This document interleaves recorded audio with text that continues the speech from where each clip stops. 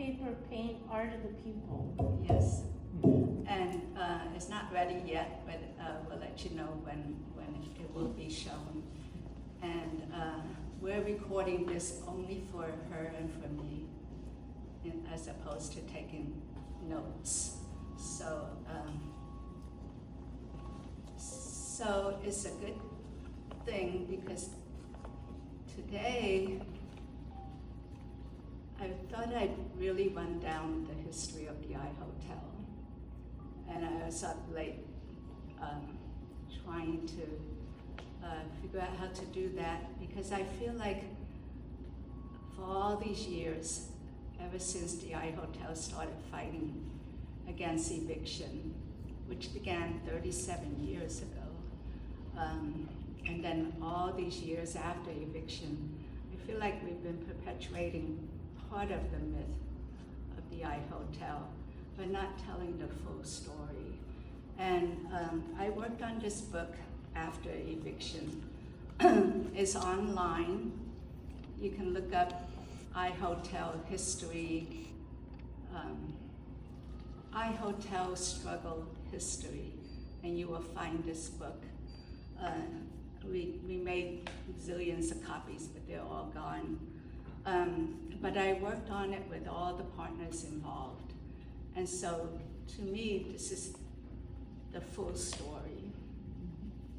And so what I did last night was take this whole pamphlet and reduce it into some pages. And I was hoping to do it around the Mandala, but it's probably easiest just for me to talk about it, and then at some point I'll talk about the specifics of the Mandala and what it means. And it'll have more meaning when you see what I did with it, because it's all part of this history. But the Mandala focuses in on the tenants and on Manilatown, because this is the 20th anniversary of the Manilatown Center. So that's why I wanted to do it here for Manilatown. But the history of the I-Hotel is a very complex history. So we're on Kearny Street here, but Manilatown used to be 10 blocks long, stretching all the way to the financial district. And then slowly, I think we call it gentrification now, but before it was encroachment. In Japantown, it was redevelopment. But whatever it is, slowly the buildings got, either people got evicted or storefronts got bought up, and the financial district kept encroaching upon Manilatown until there was only one block left, and that's the block of the I-Hotel. So that was happening during the 1960s. And in 1968, the Filipino tenants and the Chinese tenants, because there were Chinese here too, got fed up. And they started protesting the encroachment. And so that started a 9-year battle against eviction of the I-Hotel and protesting the increasing financial district encroachment. And you can see if you walk down Kearny Street, there's a Bank of America, and there's all kinds of other corporate buildings which used to be part of Manilatown. So Manilatown itself was kind of a community of Filipino transients, people who were cannery workers, or they passed through and they found a home at Manilatown. It borders Chinatown, but it was its own community and its own culture.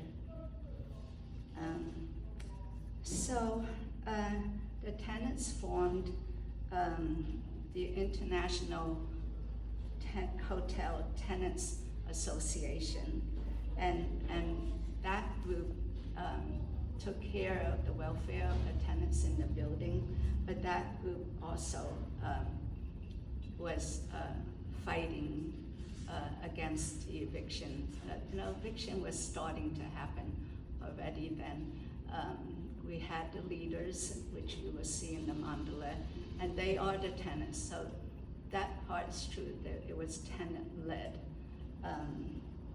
And the iHotel itself passed through a whole bunch of corporate owners. So the first one, Walter Shorenstein, and he was president of the Milton Meyer and Company. He decided to demolish the building and build a big multi-level parking lot. And the tenants protested, of course, and obtained a lease agreement. However, on March 16, 1969, the day the lease was to be signed, there was a suspicious fire on the top north wing of the iHotel. And it killed 3 tenants, and this is something I didn't know. It killed 3 tenants in the hotel. And because of that, Shorenstein took back his lease agreement, and he deemed the building unsafe for habitation and slated for demolition. And so he was going to do that, but in the meantime, there was so much community support that he was unable to put forth his plan. They forced him to sign a 3-year lease slated to end in 1972. And in the meantime, students and volunteers, all kinds of people came to help rebuild that burnt wing of the iHotel. And so by that time, there was already a community support building up at the iHotel. And in 1972, the year Kearny Street Workshop started, there was also an influx of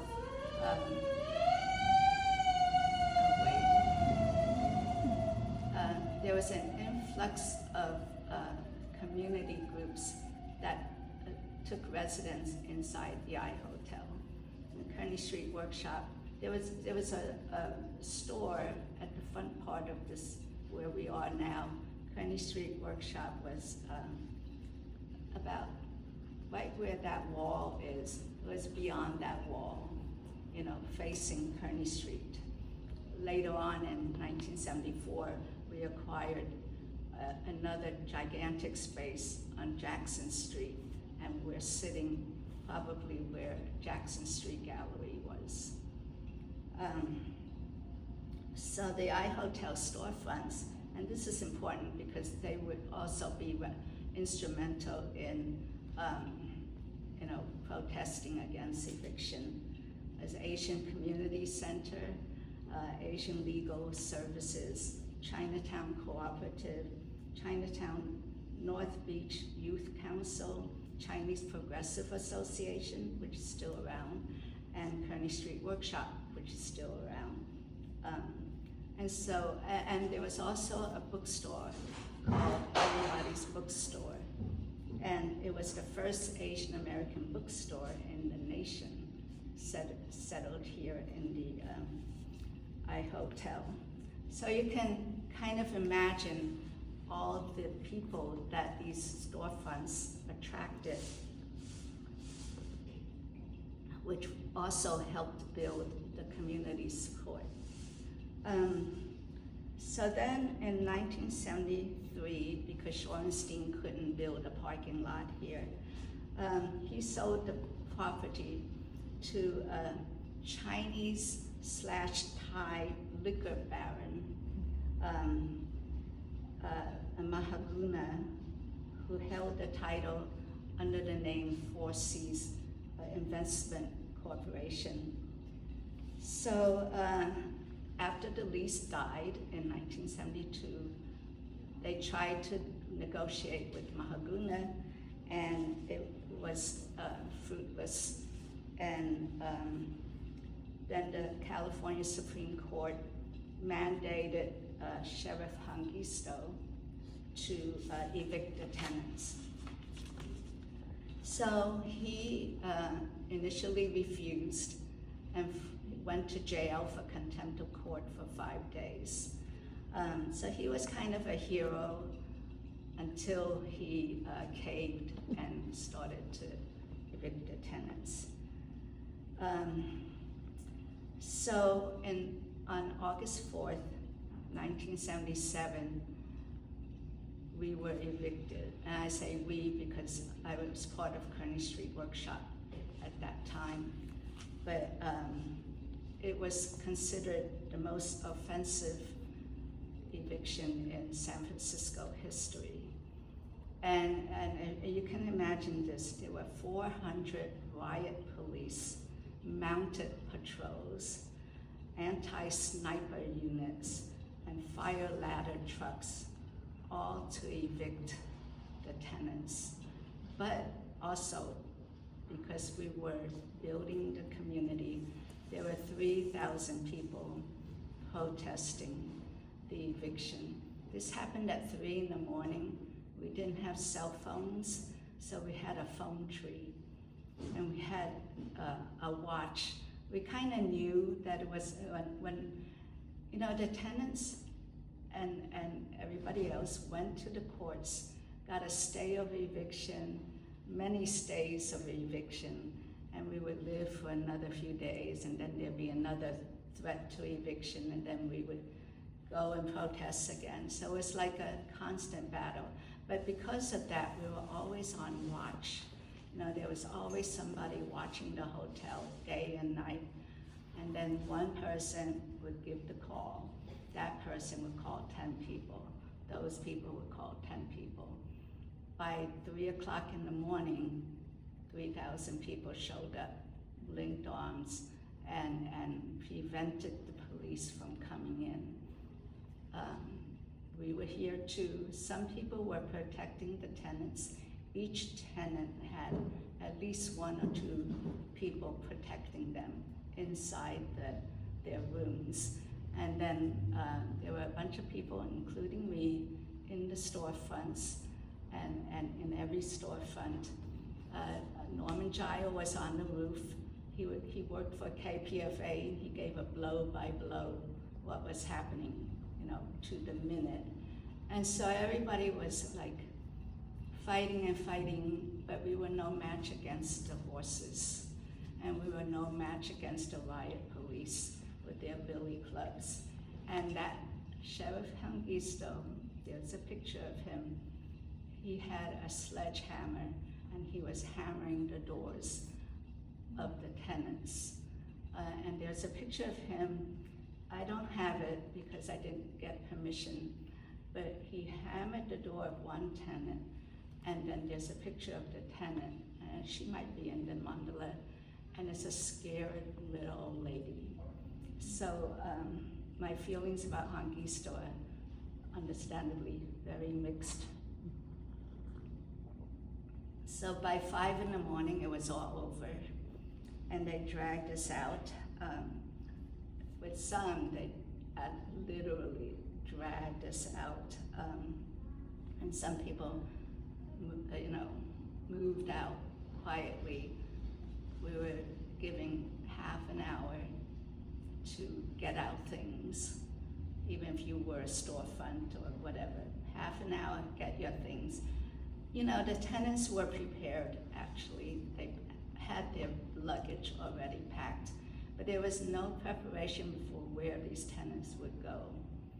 And so on the day we got evicted, it was 5 in the morning, we're all dead tired and depressed. There was one group of activists shouting on a truck, and another group of activists shouting on the other end. And then there was Kearney Street Workshop folks trying to get stuff out and also trying to take care of the tenants who were just sitting there numbed, not knowing where to go. So that happened, and everybody was scattered. In 1977, this whole building was razed to the ground, more than the ground, like it was a pit, like a deep pit, and it stayed a hole in the ground for 28 years. So in those 28 years, there was a new committee. We have a new mayor. We have Mayor Dianne Feinstein. There was a new committee called the International Hotel Citizens Advisory Committee. And this committee was appointed by Dianne Feinstein, chaired by Dr. Roland Lowe, and then later Linda Wang, to ensure that only low-income housing would be built in this space and nothing else. And for their efforts in 1982, the San Francisco Board of Supervisors passed an ordinance confirming that nothing would be built here except low-income housing. So that was a victory. But in 1990,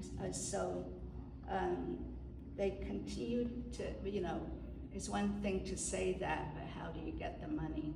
We got HUD money. What does HUD stand for?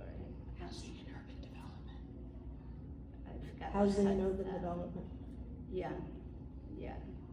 We got some HUD money, and I'm skipping over something. So what they did try to do was negotiate with that Four Seas owner, and those negotiations proved fruitless. So then later on, they tried to negotiate with other developers after Four Seas, and that proved fruitless. Nobody wanted to take this on. And we finally got HUD money to build the center. It was $8.3 million, which wasn't enough to build a hotel. So they raised money. We decided so it was decided by this committee to have Chinatown CDC and the Kearney Street Housing Corporation, which is another name for that committee. It's a legal name for that committee. So they partnered up with the Chinatown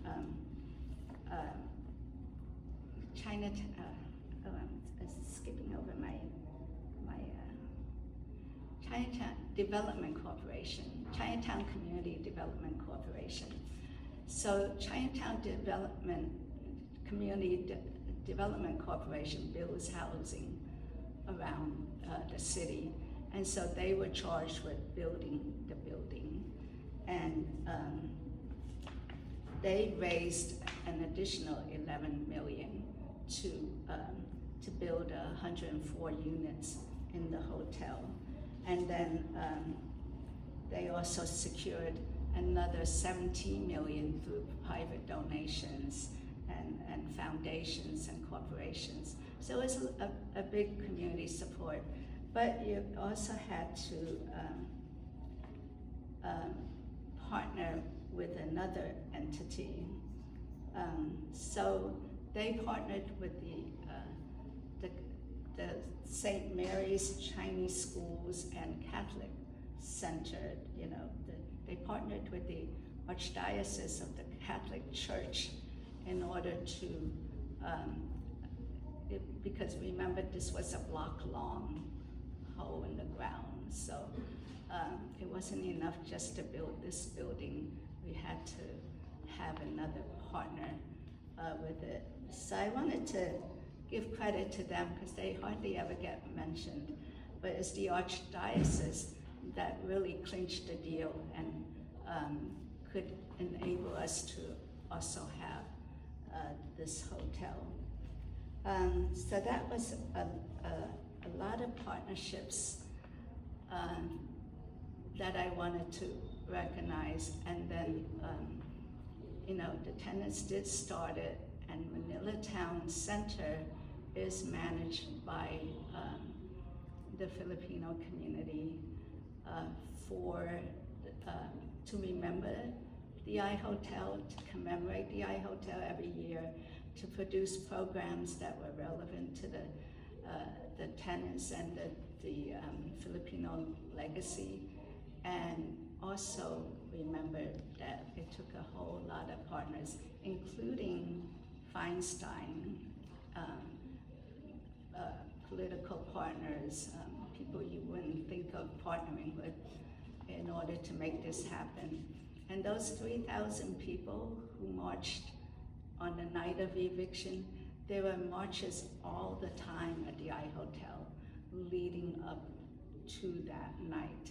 And those marches included everybody, including Glide Memorial Church, including Jim Jones's ill-fated church, including all people of all political persuasions, lawyers, doctors, the whole 9 yards in order to make this happen.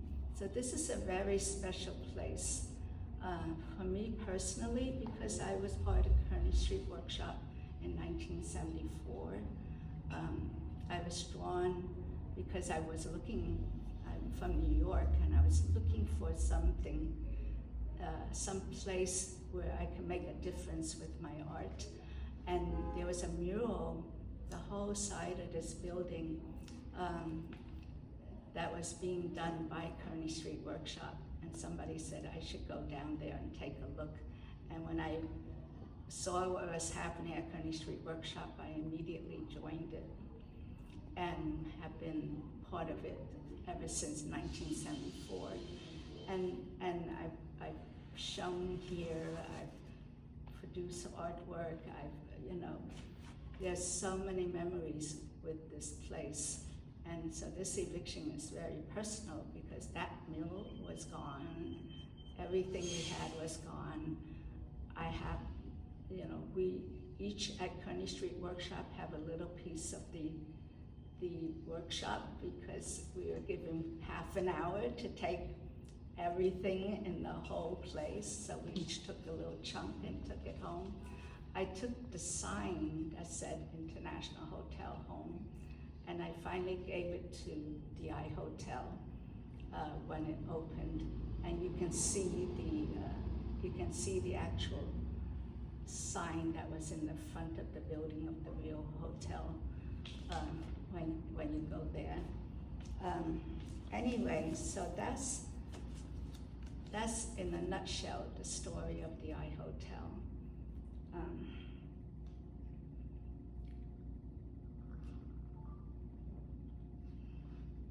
And since we're not a huge group, I want to take you over to the Mandala so you can now see why I have the pieces that I have and why it tells the story after the story.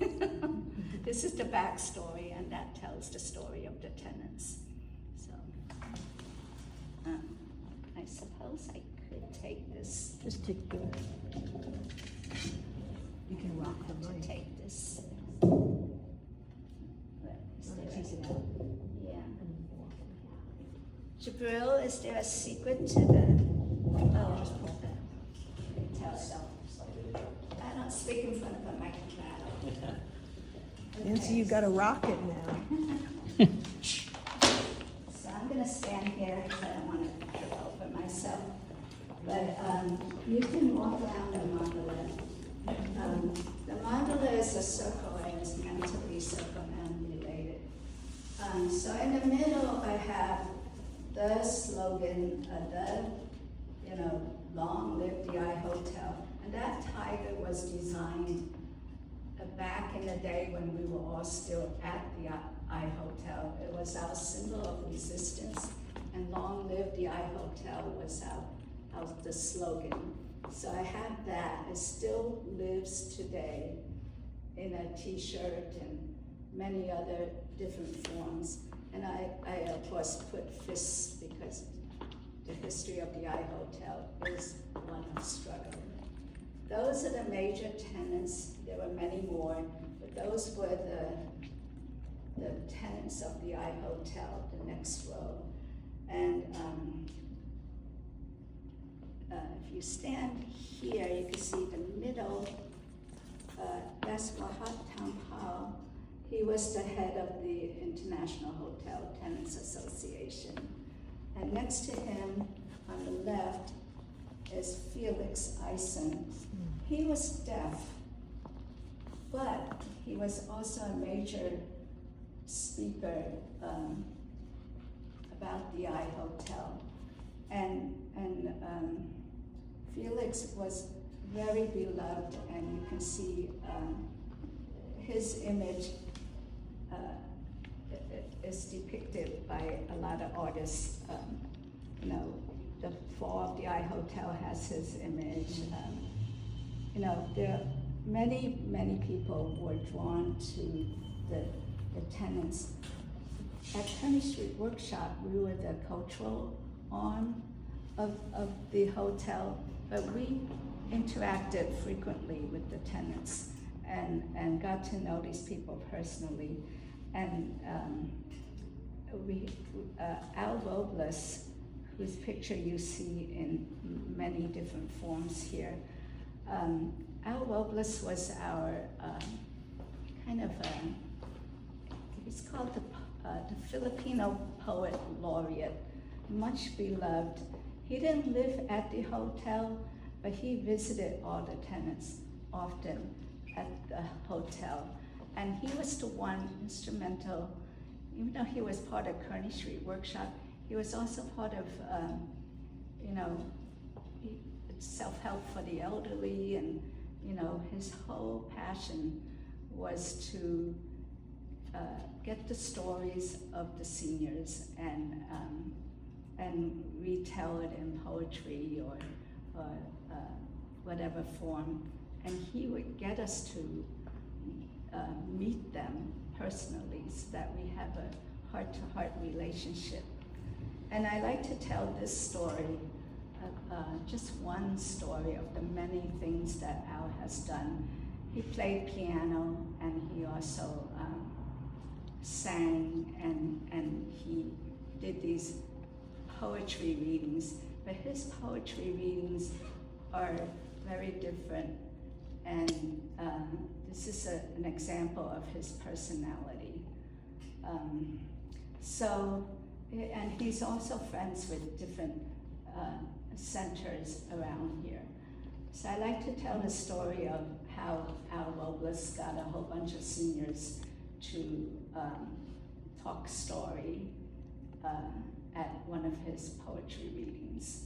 So he rented Cameron House, or Al doesn't rent anything, he got Cameron House to let him use the space, and because they have a nice stage.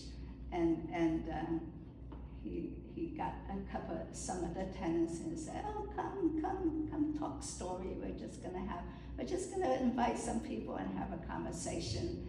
And they're like, no, I cannot. And then he would try again and again. And then one day he said, I'm making fish head soup. All you have to do is sit on stage, but don't worry about anything. I'll just have people serve you the fish head soup.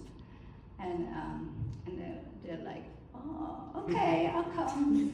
And so he got about, I can't remember how many, maybe 4 or 5 tenants to, sit up there. And I was lucky enough to be there. So you can imagine a table setting up on stage, and these let's say it's 5. I'm pretty sure it's about 5 tenants. So they're there, sitting there, not quite knowing what's happening. He's got these manangs, the elderly woman, serving each tenant a bowl of fish head soup with the fish head sticking up like that. And they're like ceremoniously serving each tenant. And then he goes to the piano and he plays piano. And the tenants are just eating their fish head soup. And that's the show. But then after they're all done with that, he gets back down and he sits on the edge of the stage and he tells one of them, Freddie, did you bring your banjo today? Yeah, always carry my banjo. Well, why don't you sing, what was that song? Melancholy Baby. And then Freddie would, strum a little bit and he goes, oh, come on down. And so the tenants came down and he go, well, what was that? You were telling me about the Philippines. What was that story? And they're just kind of slowly telling the story, and Freddie slowly strumming a few strums. And then the manans that were serving the food, they started dancing, and before you know it,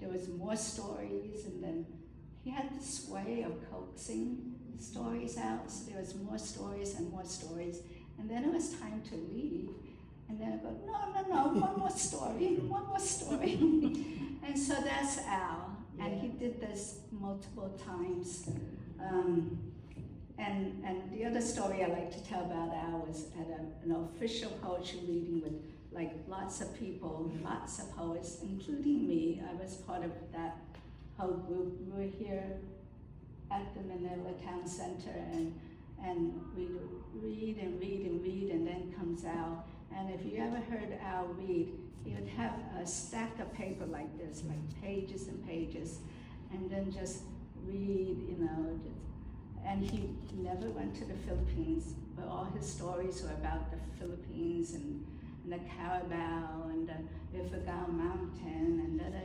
You're kind of in a trance when he reads. And so I was sitting next to him and he read, and his, at least 20 minutes you leave for Al. And then he sits down and I look at his stack of papers and it was all empty, blank pages. He just, so that's Al. Many stories about Al. Where am I? So, of course, the tenant struggle, being with the tenants, hearing their stories, inspired a lot of artwork. And that's the next row. I also included one of mine. I have 2 pieces in there, one of Al and the Carabao, and then also the one of the old woman and the peach, to honor the woman in the building, and also that there were Chinese in the building too. Not all of the art was done at that time, but some of them were, including Super Manon. That was done by Charles White, a tenant in the building. But it was kind of the spirit, like we were Super Manon, we are not gonna move. And then there was the opening of the Jackson Street Gallery. Different activities. There's Freddie Marr, who went all around the world and came back to tell his stories. You had many events at the I Hotel. If you can picture a funky space, like a real funky space, bricks all over the place, but it didn't matter, we just hung out art on the bricks, and we had a stage and torn carpets. It really didn't matter. It was the heart of the community. The row after that is the life, part of the life at the hotel and the neighboring places, like Tino's Barber Shop was kind of where everybody, all the Manons got their haircut. And some of us got our haircuts there too. But when you're there, there'll be always somebody in the corner strumming a guitar. There's somebody talking story. You know, the woman took care of the, there was some woman who did some cooking. There were families in the hotel and they had a bigger SRO space. It was a real SRO with, you know, the toilets down the hall. But there was, you know, you can see the tenants lining up along the hallway, you know, waiting for the meal from like Bill Sorrell's place, and he would make a big pot of soup, and so it isn't like the myth of the elderly alone in their rooms. They were a community and they ate together, and so there's Al Robles talking to a tenant the way he always does. Carried a big backpack wherever he went, all full of books, and he visited a lot of tenants all the time. There was a mural done about the I Hotel, which I helped on, but it was done by Jim Dong, and it features Felix as a fighter, and he posed in front of that mural.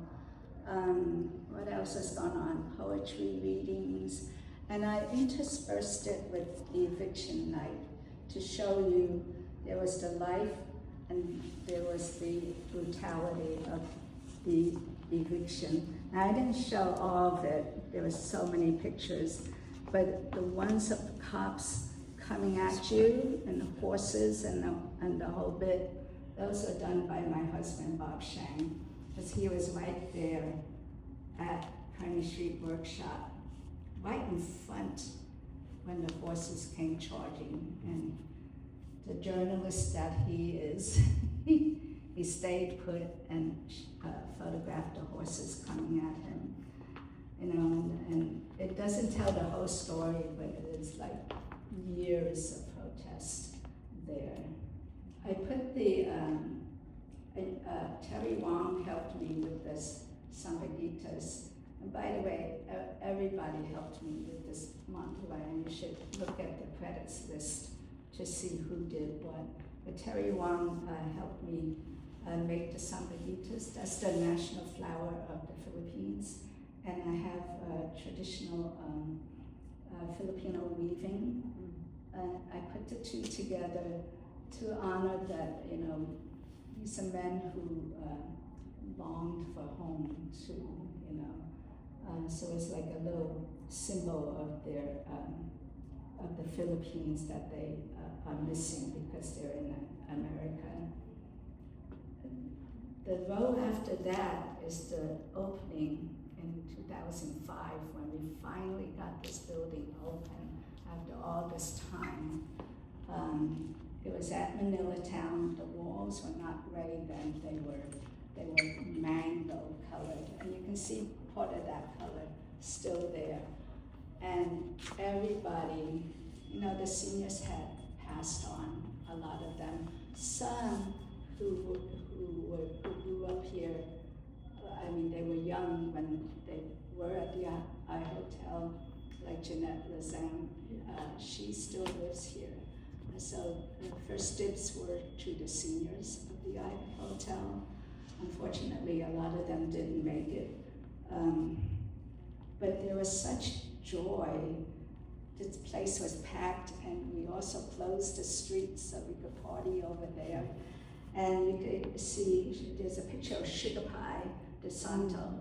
She came and danced, and the youth groups came and danced, poets read. Everybody came joyously to claim their home back.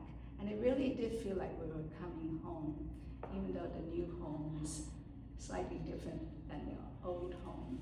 We saved, when the I Hotel was being demolished, we saved some of the brick And that you see is the original brick of the I Hotel. And so we try to honor the history, but of course it is many years later, 28 years later, so we couldn't quite do it. But to build out the center, we had to raise money, and it's a little invisible, but those are all the donors that gave us money to build out this center. Dado and Maria Manilatown, they're the ones who gave a lot of money to the center, and we're ever grateful for them.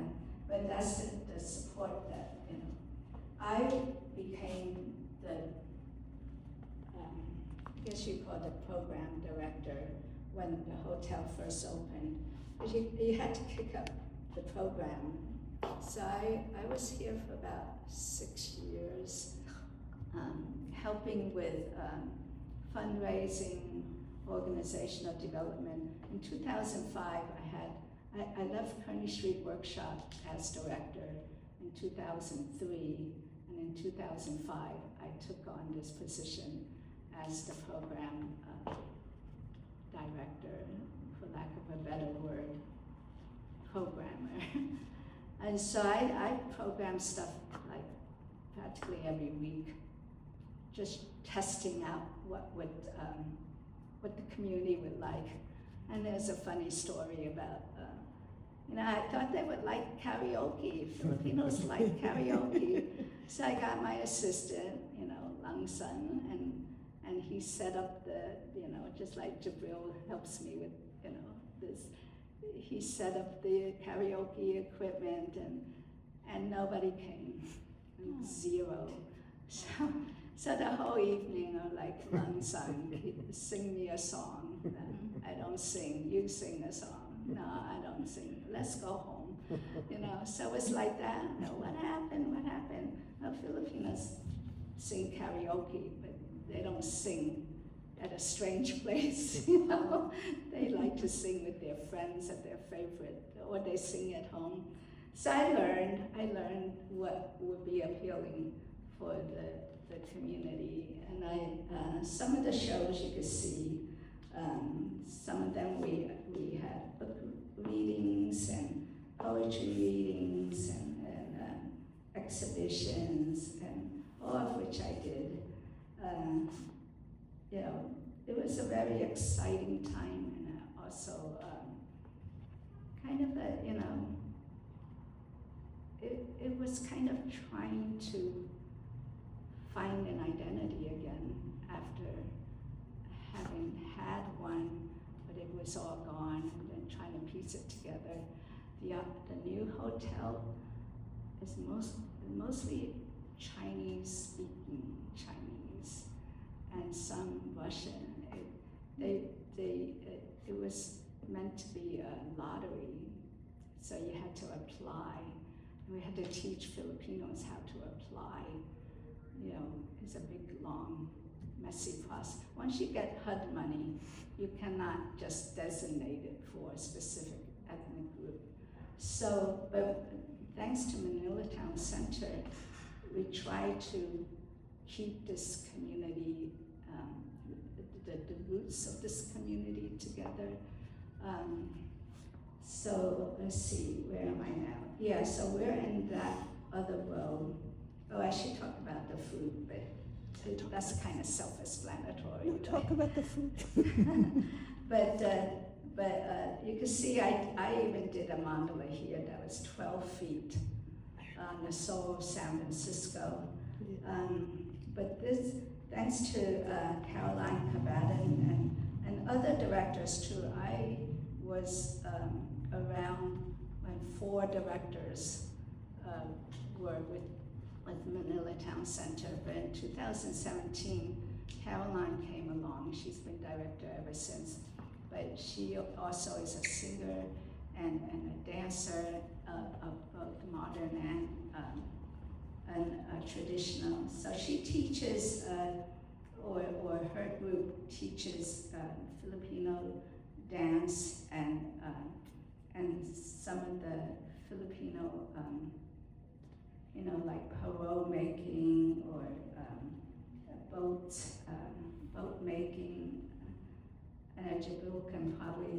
and some more, the whole staff performs. So it's kind of, keeps the tradition, the Filipino tradition alive. They do the August 4th commemorations to keep the history alive, and also to get young people involved. And so the food I first did from my mandala, you can see the food there. And I don't know, maybe some of you helped me with the earlier versions, but we changed them. We changed the dishes to reflect more Filipino dishes. So you see lumpia, and I made a moon cake to honor the Chinese in the building. But there's a lot of ube, we had fun. Francis Cachapiro came to my house 3 times, and we worked on the food. Colorful erasers. We used every single imagination. There were little pebbles and rocks that she picked up that she painted brown to look like chunks of meat. We had fun with the food. The paroles. So I wasn't sure who was going to help me with this mandala, but luckily my friend Tamako Wong belongs to 3 ukulele groups, and one of the ukulele groups, I had snagged them for my other mandala at Somarts, and they decided to help me with this one. And they had a lot of fun. They made the paroles and the cards.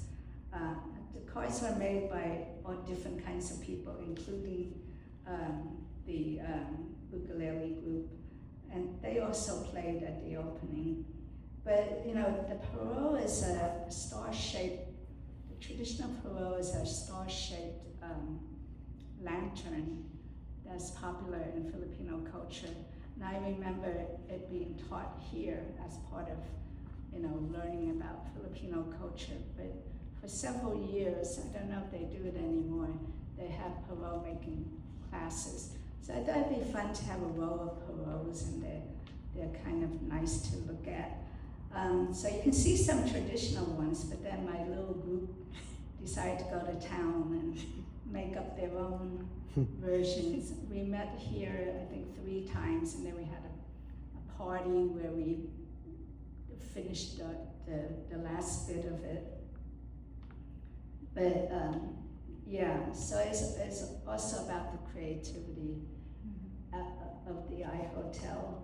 And the cards, I wanted, the question with the cards is, what does the iHotel mean to you? And some people took it literally, and some people, again, went to town with the cards and got very creative. But I always, in my community mandalas, try to have something that the community makes that's all their own, no restrictions, so that they feel a part of this mandala too. They own it because it's theirs. And I've, especially for this one, because I could never do this by myself, I feel like I'm just a director, and they all had a hand in making it. So you can you can see the variety of cards that they have done, and to me it gives the whole mandala vitality. And so you come from the past, and then the opening of the center, and then what's happening now. But this represents the future to me, that this hotel is open to anybody, and an invitation to be creative. And they also use some of the imagery and poetry. There's some of Al Busa's poetry in the cards, so that is also honoring the past but making it your own. So that's the end of my talk. If you have questions, I'll answer them.